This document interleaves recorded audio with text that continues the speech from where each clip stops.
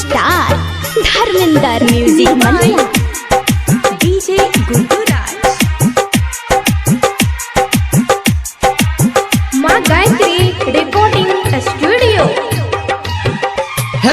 करे छा शादी तू दोसर से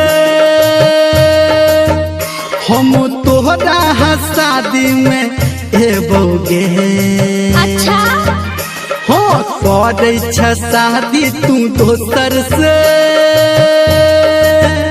हम तोहरा शादी में एबोगे। चल ठीक छे जब हेतौ तोहर जयमाला के जान, जब हेतौ तोहर बरमाला के जान, हम डीजे पे गाना बजाबोगे। रो पगला कौन गाना बजबी?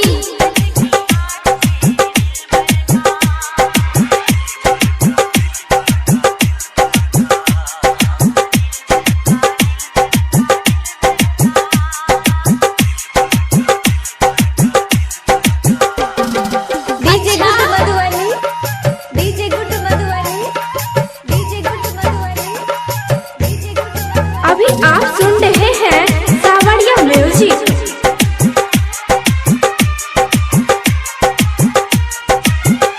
दिल जान से तोहरा पे मरई छी, बुझल छे तू तो दोसरा के सपना भरई छी। की करिए मजबूरी छे। दिल जान से तोहरा पे मरई छी, तू तो दोसरा के सपना भरई छी। हाँ देबौ बधाई हम तोरा के, जान कहबे तो मरबो बनेबोगे। ठीक छे बना दी है। जब हेतौ तोहर जयमाला के जान, जब हेतौ तोहर बरमाला के जान, हम डीजे पे गाना बजाबोगे।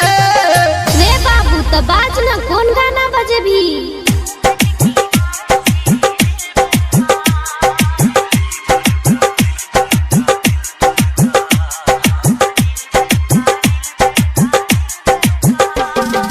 DJ Guddu Madhubani, DJ singing by power star Dharmendra Nirmaliya.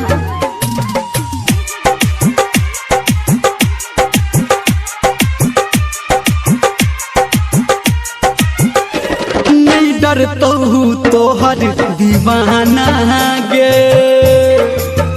चाहे मरतई ताना जमाना गे। नहीं मार तो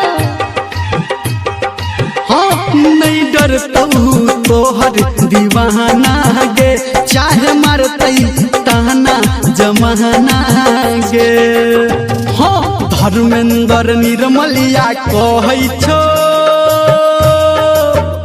हम दारू शराब नहीं पीबोगे।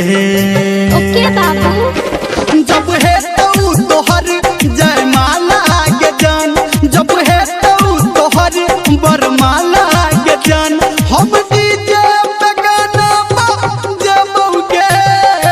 तो बजबी ना कौन गाना बजबी?